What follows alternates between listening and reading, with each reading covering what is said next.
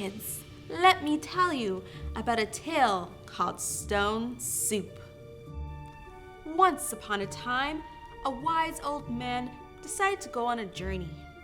So he packed a small bag, said goodbye to his pet Phoenix the plant, and set off. He traveled all day without meeting anyone. When it was evening, he came to a small village. "I think I'll stop here for the night," he said to himself. Near the center of the village, he met a group of people. So he introduced himself. Oh, excuse me. I am just a simple traveler looking for a place to stay and a place to have a hot meal. Could you help me? "We'd be glad to offer you a place to sleep, but we barely have any food to give you. Our crops were very poor this year, and most of us are barely getting by." I'm so sorry to hear that. As a matter of fact, you do not have to worry about feeding me.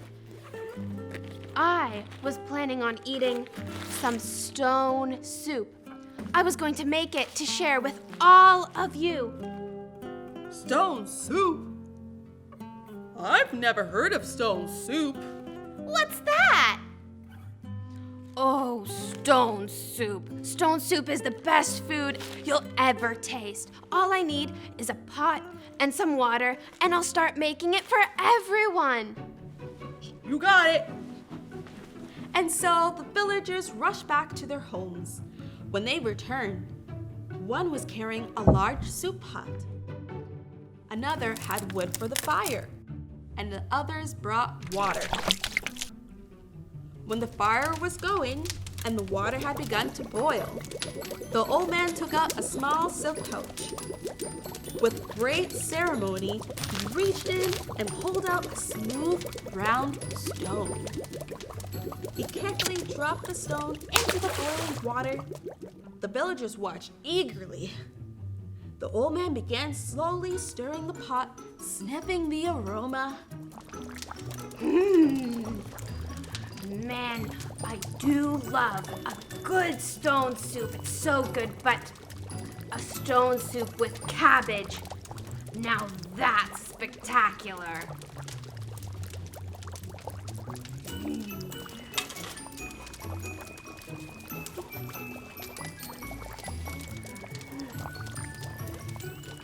"I might have some cabbage at home," one villager said. "I'll go there.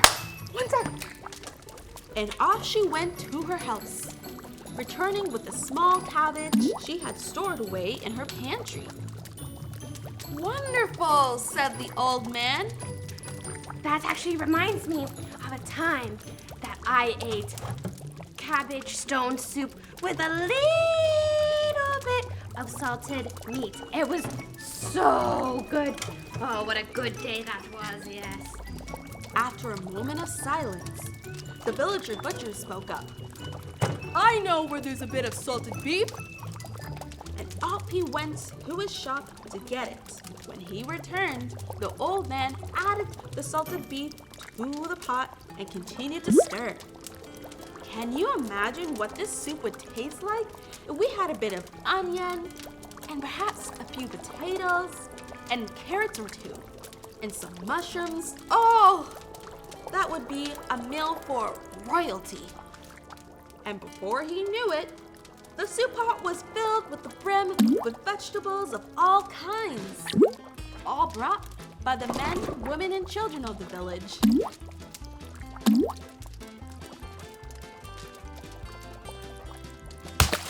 Not only that, but the village baker came out with some fresh bread and butter.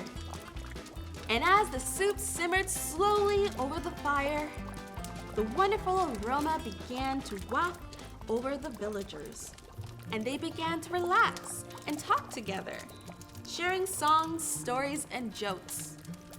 When the soup was finally done, the old man ladled it out into bowls, and they all shared a delicious meal together. There was more than enough for everyone to have, Afterwards, they all declared that it was the best soup they had ever tasted. Good soup. The mayor of the village pulled the old man aside and quietly offered him a great deal of money for the magic stone, but the old man refused to sell it. The next morning, he woke up early, packed up his belongings.